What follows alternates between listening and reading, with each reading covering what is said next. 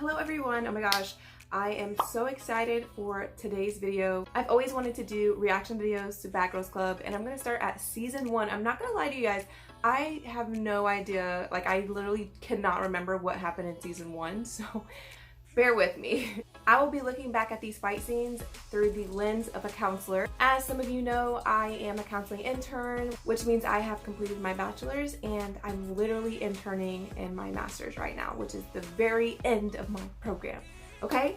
So let's go ahead and get started with this. I'm super excited and I think it's gonna be really interesting and fun. Stay tuned. Me now? I'm just not trying to hit on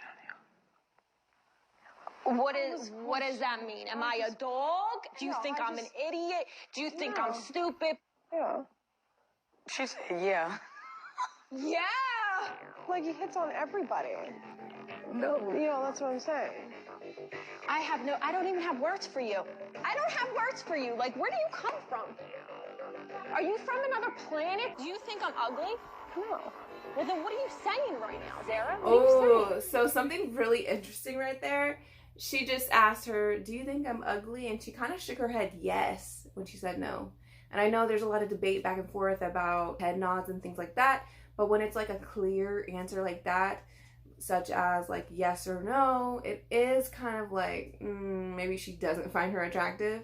Now, to say that someone is dumb in front of a bunch of other people, let alone women, it's gonna cause an uproar because you just embarrassed that person in front of everyone. It's kind of like you are reaching for drama, like you're wanting it, you're asking for it because, you know, they're in this Bad Girls Clubhouse. So obviously they know that they want this type of content. They want drama, they want fights and arguments, and that's what they're giving them right now. Because right now you're offending me. I don't mean to offend anybody in this house. I don't mean to. Well, you just did. What do you think? Basically, you're saying what the hell he needs me for. First of all, I can guarantee you I'm different than every single girl in LA put together. You are. So maybe that's what he likes. It don't have to be my looks. Maybe. You see, at that time, her head she nodded in agreement with saying yes. So it's just something to take note there. Like, she did say you are different, so she agrees there. But on the last part, she kind of shook her head yes for that, to answer that she is ugly. So just something to keep in mind. It could be anything. I try to, yeah. It could be anything. I just question a lot. Just forget it. Okay, then forget it. Somebody say something else, please.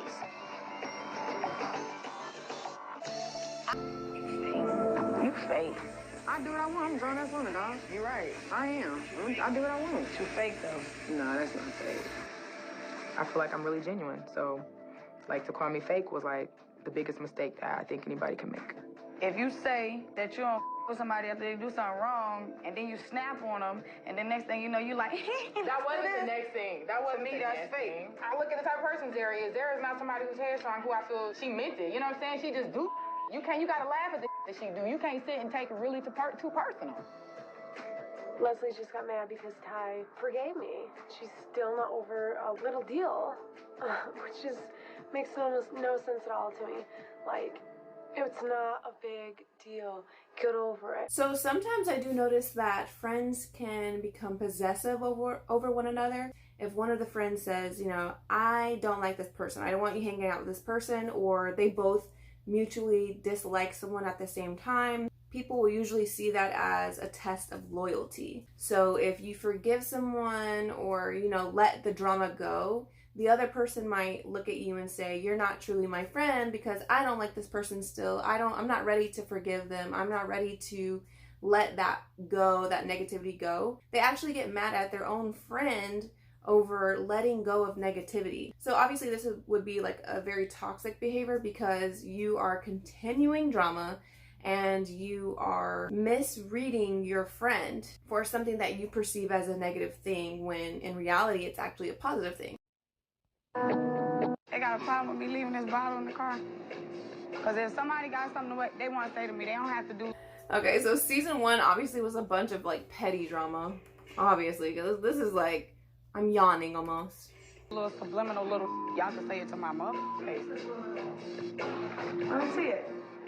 Okay, I left this in the car that I always drive. Yeah, you're right. It should be thrown in the trash. What does it say on it? Practice what you preach. I did not do that. Somebody being a little sarcastic, bitch. If you got something to say to my face, be grown. Say that to my face. Can't happen again. Now tell me, why didn't you admit to it when I asked you? Because I wasn't in the mood to. To be a bitch. Okay, next question. Why'd you write it? Because you're always bitching about people picking up their stuff. If you got something to say to me, say it to my face. Don't write me a subliminal message. Okay. So this conversation is actually going really well. They're being very direct. She's saying exactly why she did it, because she was angry, which is the common reason why a lot of people do petty things in the first place. So I think the conversation is actually really good. As you guys will see in some of the later videos I'll do on Bad Girls Club, a lot of those seasons, communication sucks. Like, I think it gets even more dramatic and the fights are like even crazier as the seasons go on. So seeing this is kind of like, it's kind of ironic that the very first Bad Girls Club episode was very just petty, but like the conversations were real. They might have had a very manipulative person, or like they had a problematic person on there, but once they like addressed it, she actually came forward with the truth. So interesting. I think anything of it.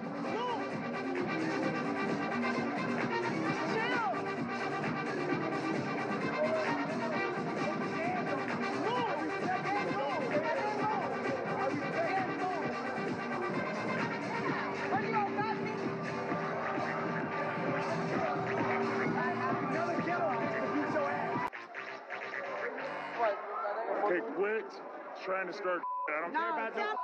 My face, you I understand that. I understand that. What you gonna do, grab me? What the you gonna do? You're gonna grab me? Please, don't even try it. Yo, where's her glasses? Hold on. Look, let me tell you something. You didn't have to. I'm sitting there trying to save your Playboy ass, and I lose a $400 shoe. That was my fault that you lost the shoe? Bitch, no, it's my fault. In the process, did I go wrong because she got thrown out because I couldn't defend like the freaking 300-pound security guard? The manhandled you! I want to be a Playboy. I want to be a Playboy. I'm a stripper. I hang from poles buck naked. Yeah, you're right. I hang from the mother. Don't get in my face. Don't get in my face. Don't get in my face. The only reason why I got into it with the dude was because of you.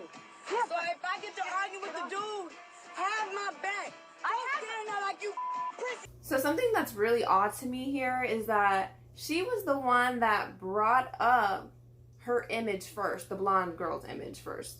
So she wanted to call the other girl Playboy Bunny and all these things here, but the Playboy Bunny girl, she told the other girl, hey, well, you used to strip, so why are you basically degrading me over a profession or whatever? Why are you bringing that up when you did a similar type of position? For some reason, I don't remember their names, I'm sorry, but so for some reason the person that started this argument, she blew up over the whole insinuation of her being a stripper, even though she was. So obviously that's a trigger point for her, but she also used that same trigger point for the other girl. It makes me feel like she's insecure about working in the sex world, but also that she somehow feels better or superior than the other girl who also does sex work. I just want to know why she feels more superior over this other girl. Now she's trying to like pull these very weak strings about her not having her back after she jumped in for her, and she's upset that she lost her shoe. Some of the rationalization that she's coming up to basically explain the situation kind of doesn't make sense to me, because it's a regular rationalization. She's trying to say, if it's your fault that I lost my shoe. And it's like, no, it's your fault that you lost your shoe, not mine. Thanks for jumping in, but also that had nothing to really do with me. It's weird that she is now taking her anger out on her, but in the beginning she wanted to save her. You know what I'm saying? Like, it just doesn't make sense. She protected this girl, and then as soon as they get into the car, argues with her. Do you think you ever reacted last night? Don't talk to me right now. Give me a day or two. Shouldn't I be the one saying give me a day or two? Give me a day and I'll talk to you later. Let the go. It was a question I asked you and you can't handle it. Don't ask me. How about that?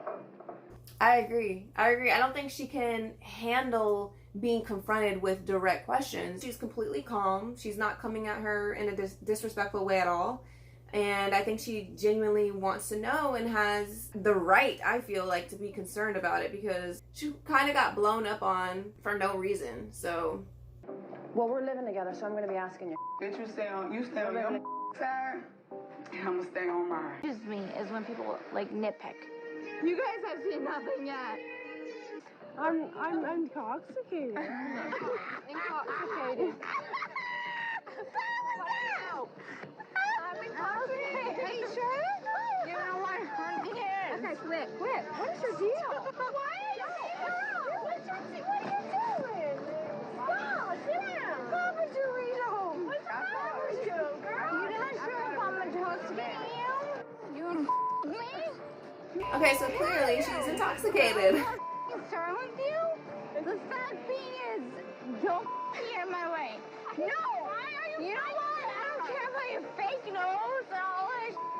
You know what? Nobody else can do. Okay, you guys, fun fact. I work in an addiction facility, and when people become intoxicated, you'll see this. Like, they'll start off very happy and then very scared or very angry, almost out of nowhere, almost like if they were to have like a bipolar disorder.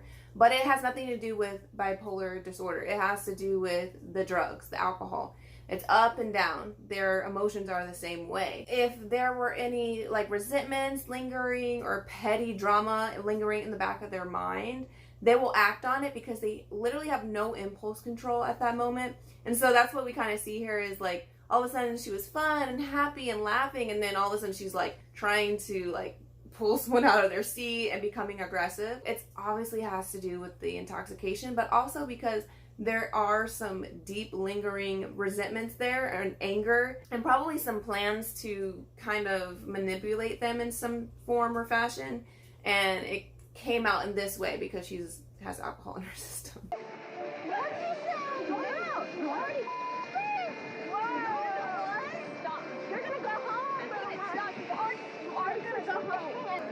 Don't put me, I'm serious.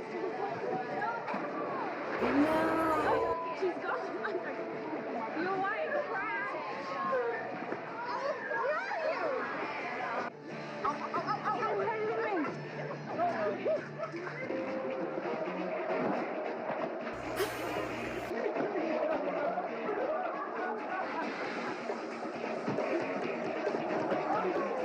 Get away from her. I can't.